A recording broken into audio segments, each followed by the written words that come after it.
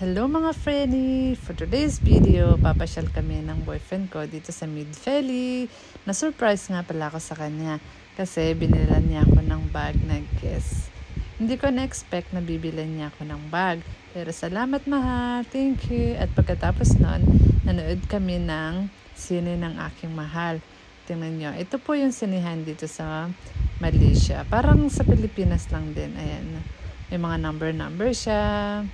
Dito po kami sa number 19. Ang pinanood namin ay Furiosa. Maganda siya kasi puro pakikipaglaban lang yung ginagawa nila. Pero ang galing ng bida dito. Ayan, super enjoy naman ako na nanonood kami ng sine. Ito yung screen ng sinihan. Binidyo ko pero sa totoo lang, bawal mag-video dito sa sinihan. Pero ako, binidyo ko sila kasi wala namang nagbabawal sa akin, di ba? Pasaway lang. Ayan guys, salamat po sa inyong lahat.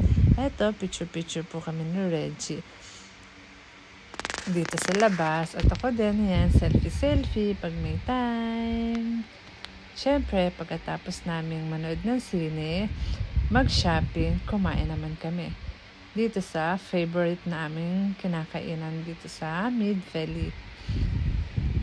Pangalan nga pala ng shop na aming kinakainan ay Zouk. Ayan, puro noodles lang yung kinakain namin dito. Minsan, meron din chicken, pero ang favorite ko is noodles. Ayan guys.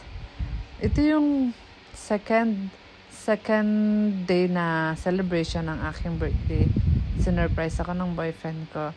Maraming salamat sa iyo, mahal ko, sa palaging pag-surprise sa akin at sa kahit 11 years na tayo, hindi ka pa rin nagsasawang mahalin ako. Kahit na pasaway ako minsan at syempre, ansya ka pa rin para sa akin. Maraming salamat, mahal. Minsan nakukulitan ka na sa akin, pero mahal na mahal mo pa rin ako. Okay, ayan po at pauwi na po kami sa aming unit. Salamat guys sa inyong pakikinig. Thank you. I love you. God bless. Bye. Take care. And don't forget to smile. Mwah.